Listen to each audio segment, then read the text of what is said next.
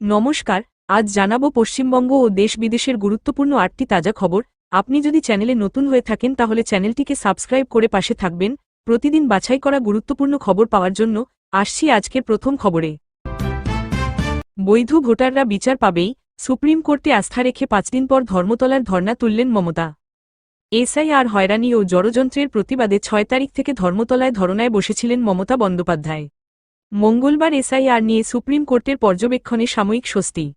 তার পরিপ্রেক্ষিতে ধর্নামঞ্চ থেকে মুখ্যমন্ত্রী মমতা বন্দ্যোপাধ্যায় জানালেন, শীর্ষ আদালত জানিয়েছে ভোটের আগের দিন পর্যন্ত নাম তোলার সুযোগ থাকছে। তাই চিন্তার কোনো কারণ নেই। সেই পর্যবেক্ষণে আস্থা রেখেই সাময়িকভাবে ধর্না প্রত্যাহারের সিদ্ধান্ত ঘোষণা করলেন মমতা। বললেন, এবার আমরা বিচারের অপেক্ষায়, মানুষ অধিকার পাবেন। যে দরজাটা বন্ধ হয়ে গিয়েছিল সেটা খুলছে। মঙ্গলবার সুপ্রিম কোর্টে ছিল এসআইআর মামলার শুনানি।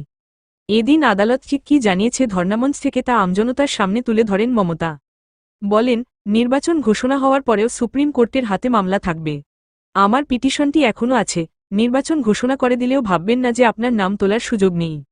ওরা বলেছেন, ভোটের আগের দিন পর্যন্ত যদি কারো নাম বাদ গিয়ে থাকে আমাদের কাছে আসবেন। আমরা স্পেশাল কেস হিসাবে এটি দেখব। এরপরই গ্যাসের দাম বৃদ্ধি থেকে শুরু করে একাধিক ইস্যুতে কেন্দ্র ও কমিশনকে আক্রমণ করেন তিনি। বলেন, ইচ্ছাকৃতভাবে নির্বাচন পিছোনোর জন্য চেষ্টা করছে নির্বাচন কমিশন। সুপ্রিম কোর্ট শুধু আবেদন করার জায়গা নেই। এরপরই সাময়িকভাবে ধর্না প্রত্যাহারের সিদ্ধান্ত ঘোষণা করলেন মমতা। তিনি বলেন, এবার আমরা বিচারের অপেক্ষায়, মানুষ অধিকার পাবেন। যে দরজাটা বন্ধ হয়ে গিয়েছিল সেটা খুলছে। এবার দেখা যাক কি হয়। মমতা বন্দ্যোপাধ্যায় মঞ্চ থেকে জানালেন, এখন প্রাক্তন রাজ্যপাল সিবি আনন্দ বোসের সঙ্গে দেখা করতে যাবেন তিনি। সবশেষে আমজনতাকে নিশ্চিতে থাকার কথাই বললেন মমতা। দেশজুড়ে গ্যাসের ভয়ঙ্কর সংকট। জরুরি পরিস্থিতিতে এসমা জারি কেন্দ্রের কারা আগে পাবেন সিলিন্ডার? মধ্যপ্রাচ্যের যুদ্ধের জেরে ভয়াবহ জ্বালানি সংকটের মুখে দেশ। তেল সরবরাহ নিয়ে এখনও সমস্যা না হলেও দেশজুড়ে রান্নার গ্যাস সরবরাহে ইতিমধ্যেই ঘাটতি দেখা দিচ্ছে। আগামী দিনে সংকট আরও গুরুতর হতে পারে। এই পরিস্থিতিতে সম্ভাব্য জ্বালানি সংকটের আশঙ্কায় অতি প্রয়োজনীয় পণ্য সরবরাহ নিয়ন্ত্রণ আইন অর্থাৎ এসমা জারি করল কেন্দ্র। এর ফলে নিত্যপ্রয়োজনীয় পণ্যের সরবরাহ নিয়ন্ত্রণ করতে পারে সরকার। বিজ্ঞপ্তি জারি করে সাফ বলে দেওয়া হল, এবার থেকে গ্যাসের সরবরাহ নিয়ন্ত্রণ করা হবে। মোদি সরকার আগেই জানিয়েছিল, মধ্যপ্রাচ্যের যুদ্ধ পরিস্থিতিতে ইচ্ছামতো গ্যাস বুকিং করা যাবে না। প্রথমে বলা হয় 21 দিন অন্তর অন্তর গ্যাস বুক করা যাবে। মঙ্গলবার সেই নিয়মও বদলে বলা হয়েছে, গ্যাস বুকিং করতে হবে অন্তত 25 দিনের ব্যবধানে। কেন্দ্রের দাবি, এলপিজি গ্যাসের বাড়তি মজুত এবং কালোবাজারি রুখতেই বুকিং সময়সীমা 21 দিন থেকে বাড়িয়ে 25 দিন করা হয়েছে। সব তেল কোম্পানিগুলিকে ঘরোয়া বাজারে সরবরাহ স্বাভাবিক রাখার জন্য এলপিজি বা রান্নার গ্যাসের উৎপাদন চাঙ্গা রাখতে বলা হয়েছে। এই সংকটের পরিস্থিতিতে কোন কোন ক্ষেত্রে কি পরিমাণ গ্যাস সরবরাহ করা হবে, কোন কোন ক্ষেত্রকে বেশি গুরুত্ব দেওয়া হবে, বিজ্ঞপ্তি জারি করে সেটাও জানিয়ে দিয়েছে মোদি সরকার। 1. যুদ্ধ পরিস্থিতিতে স্বাভাবিক থাকবে পিএনজি। যে গ্যাস সরাসরি পাইপলাইনের মাধ্যমে বাড়ির রান্নাঘরে পৌঁছায় সেই পরিষেবায় প্রভাব পড়বে না। 2. সিএনজি পরিষেবা বাড়তি গুরুত্ব দিয়ে 100% বজায় রাখা হবে। যানবাহন, অটো এবং গণপরিবহনে গ্যাস সরবরাহ চলবে। 3.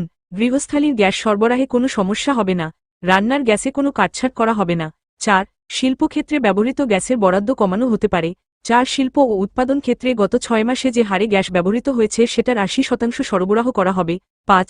সার উৎপাদন সংস্থার ক্ষেত্রে বরাদ্দ করা হবে গত 6 মাসের 70% গ্যাস। 6. তেল শোধনাগার সরবরাহ করা হবে 65% গ্যাস। 7. রেস্তোরাঁগুলির জন্য বরাদ্দ গ্যাসের সরবরাহ নির্ধারণ করার জন্য পৃথক কমিটি গড়া হচ্ছে। ঝুলেই 50 লক্ষের ভাগ্য, আদৌ ভোট দিতে পারবেন বিবেচনাধীনরা, কি জানালেন জ্ঞানেশ?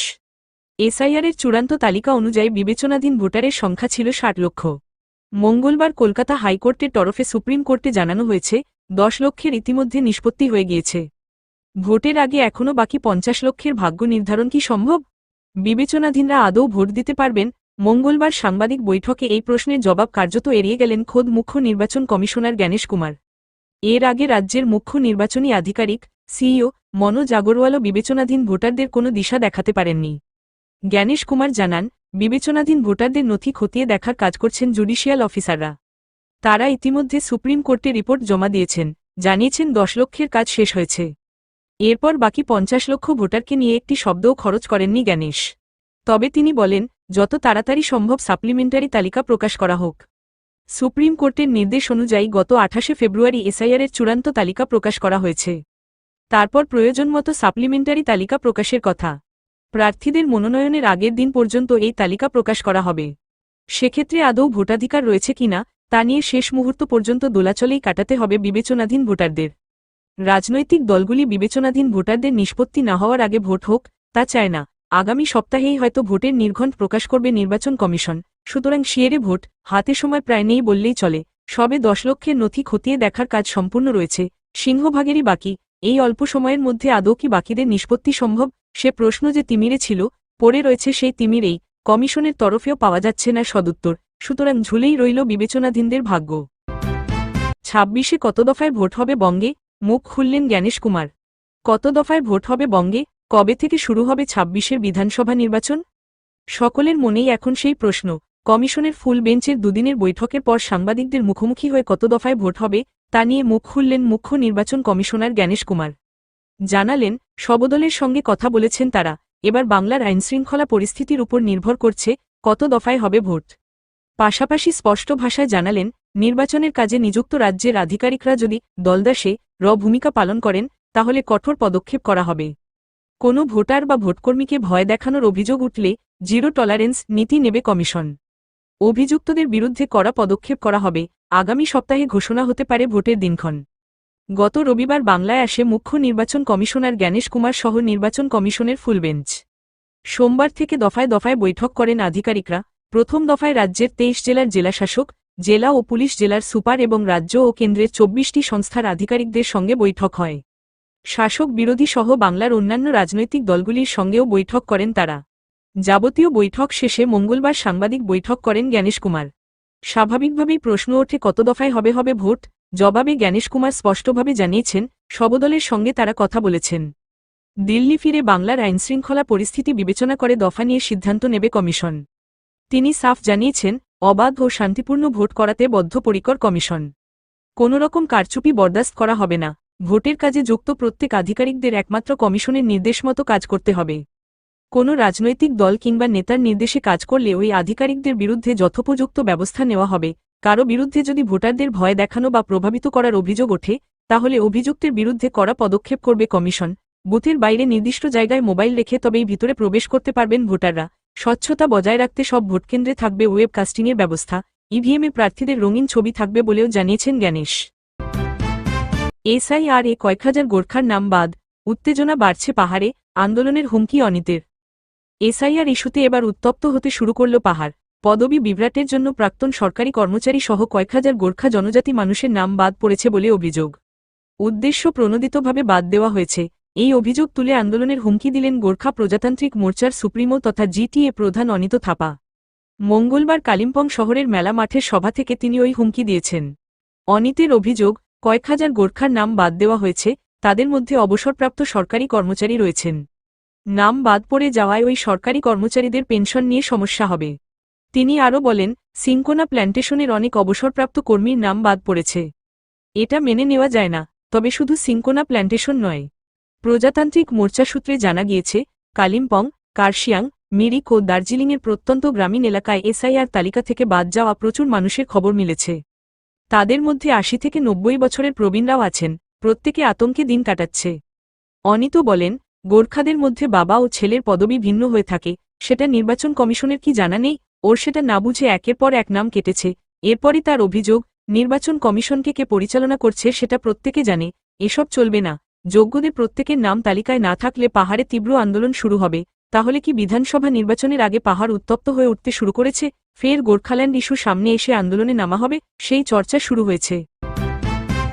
ভোটের দিন ঘোষণা কবে, একটা ইঙ্গিত দিয়ে রাখলেন মমতা। 26-এর নির্বাচন কবে হবে, কবে ভোটের ফলাফল ঘোষণা হবে, এই সব কিছু নিয়েই আপাতত চর্চার অন্ত নেই। জল্পনা কল্পনা সব কিছুই চলছে। প্রত্যেকেই নিজের নিজের মতো করে মন্তব্য করছেন। এবার ভোট ঘোষণা নিয়ে একটা ইঙ্গিত দিলেন মুখ্যমন্ত্রী মমতা বন্দ্যোপাধ্যায়। মঙ্গলবার অভিষেক বন্দ্যোপাধ্যায়ের অনুরোধে ধর্ণা প্রত্যাহার করেন মুখ্যমন্ত্রী। তারপর তীব্র আক্রমণ শানাতে থাকেন নির্বাচন কমিশনকে। শুধু কমিশন নয়, পাশাপাশি বিজেপিকেও ছেড়ে কথা বলেননি বাংলার মুখ্যমন্ত্রী। নির্বাচন কমিশন যে বিজেপির অঙ্গুলি হেলনে চলে সে কথা ফের একবার অভিযোগের সুরে বলেন তিনি। সেই সময় কথা বলতে গিয়ে মমতা বলেন, ব্রিগেডের পর নির্বাচন ঘোষণা করলেও চিন্তা করবেন না। মুখ্যমন্ত্রী এও বলেছেন, আমি দেখেছি উনি ব্রিগেডের সভা করে যান, তারপরই নির্বাচনের ডেট ঘোষণা করেন। আগামী শনিবার অর্থাৎ 14ই মার্চ ব্রিগেডে মোদির সভা রয়েছে। মুখ্যমন্ত্রীর অনুমান এরপরই নির্বাচন কবে হবে তার দিনক্ষণ ঘোষণা করা হতে পারে। মমতা বন্দ্যোপাধ্যায়ের দাবি, আজ সুপ্রিম কোর্টে শুনানির সময় নির্বাচন কমিশনকে ভর্ৎসনা করেছে কোর্ট। তিনি বলেন, অর্ডারে সব বলা থাকে না, ভিডিওতে দেখতে পাবেন। এরপর যাদের নাম বিচারাধীনের তালিকায় রয়েছে তাদের উদ্দেশ্যে বার্তা দিয়ে মমতা বলেন, ২৫ তারিখ ফের শুনানির ডেট আছে।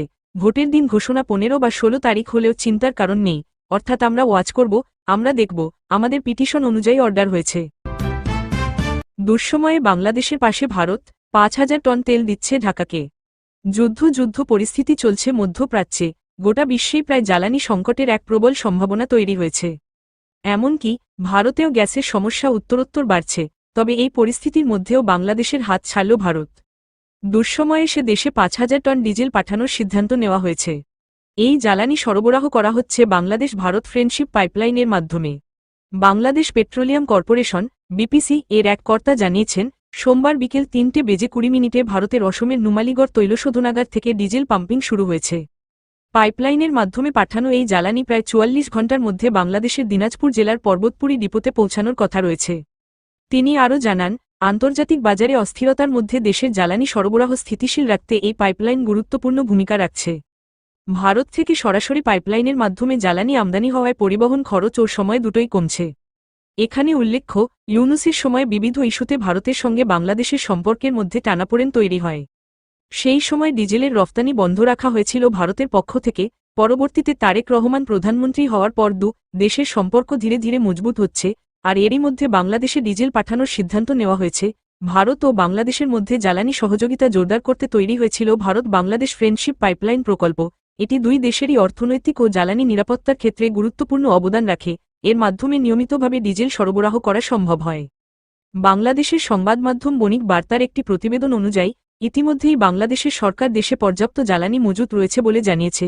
কিন্তু জ্বালানি একমাত্র আশঙ্কার জায়গা নয়, আতঙ্ক তৈরি হয়েছে খাদ্য সংকট নিয়েও। ওয়াকিবহাল মনে করছে, ইরান ইসরায়েলের যুদ্ধ এইভাবেই চলতে থাকলে বাংলাদেশে খাদ্যপণ্যের সংকট আসন্ন, আর সেই পরিস্থিতি সামাল দিতে বাংলাদেশের কাছে একমাত্র পন্থা হতে পারে ভারতের দ্বারস্থ হওয়া। বস্তুত, আমেরিকা এবং ইসরায়েলের সঙ্গে ইরানের যুদ্ধ হতেই হরমুজ প্রণালী দিয়ে জাহাজ চলাচল একপ্রকার বন্ধ করে দিয়েছে ইরান। আর এর জেরেই সমস্যায় প্রায় গোটা বিশ্ব। কারণ, গোটা বিশ্বের ২০% তেল যায় এই হরমুজ প্রণালী দিয়ে।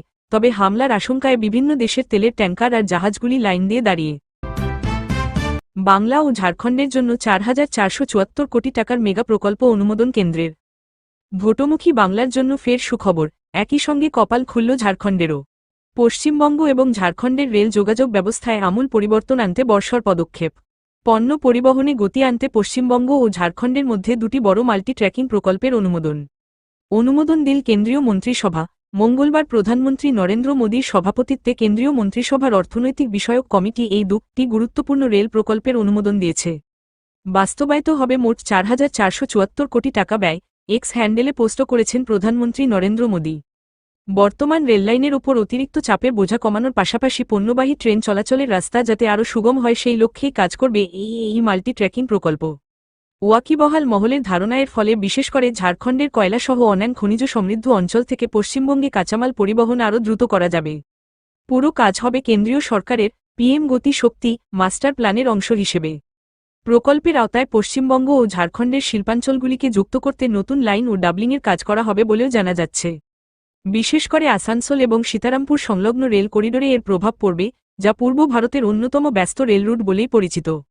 এই রুটে মূলত কয়লা, সিমেন্ট, লোহা পরিবহন করা হয়। সাঁইথিয়া পাকুড় সেকশনে চতুর্থ রেললাইন নির্মাণ করা হবে।